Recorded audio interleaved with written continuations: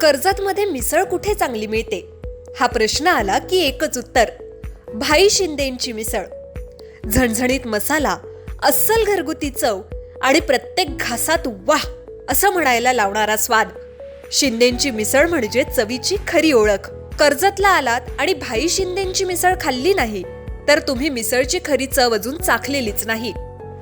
तर आजच या, कर्जतची मिसळ म्हणजे भाई शिंदेंची मिसळ. अधिक माहितीसाठी संपर्क 9067208106. नमस्कार, मी विकास मेघे. विकासनामा डिजिटल प्लॅटफॉर्ममध्ये आपलं सर्वांचं स्वागत आहे. व्यासपीठावर आज जी सभा झाली महायुतीची, या सभेमध्ये सुरेश लाड बाजूला जे थेट नगराध्यक्ष पदाच्या महायुतीचे उमेदवार स्वाती लाड यांच्याशी चर्चा करत होते. स्वाती लाड सुद्धा सुरेश लाडांकडून काही समजून घेण्याचा प्रयत्न करत होते.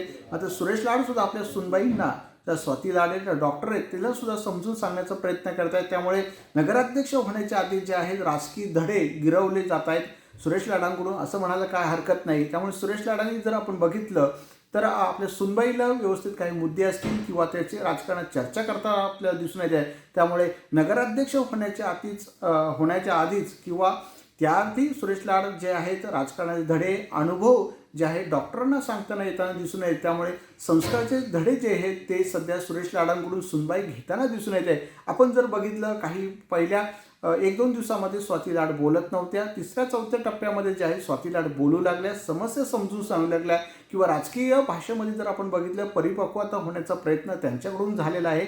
आणि त्यामुळे एक राजकारणातील महिलांची जशी एक आपण म्हणतो तशा पद्धतीने ते राजकीय वलय जे आहे ते तशा पद्धतीने प्रयत्न करताना आपल्याला दिसून आल्या. त्यामुळे सर्वांशी ते वागण्याचा प्रयत्न, त्यांच्या जे व्हिडिओ ज्यांचे सोशल मीडियातून करतायत ते एक वेगळ्या पद्धतीने त्या व्हिडिओतून आपल्याला अनेक गोष्टी त्यांचे हात किंवा ज्या पद्धती राजकारणामध्ये स्टाईल असेल त्या पद्धतीने ते करताना दिसून येत आहे. त्यामुळे लाडांपासून ते खूप काही शिकताना दिसून येत आहेत. त्यामुळे सुरेश लाडांचे राजकारणात धडे त्यांनी आतापासूनच गिरवायला सुरुवात केली असं म्हणायला काय हरकत नाही. धन्यवाद. तुमच्या जाहिरातीसाठी एक संधी मोठ्या प्रेक्षकांपर्यंत पोहोचवा. व्यवसाय असो किंवा इव्हेंट, विकासनामा सोबत जाहिरात करा. स्क्रीनवरील नंबरवर आजच संपर्क करा. विकासनामा, तुमचा आवाज, तुमची जाहिरात. तसंच विकासनामाला सबस्क्राईब करा आणि अपडेटेड रहा.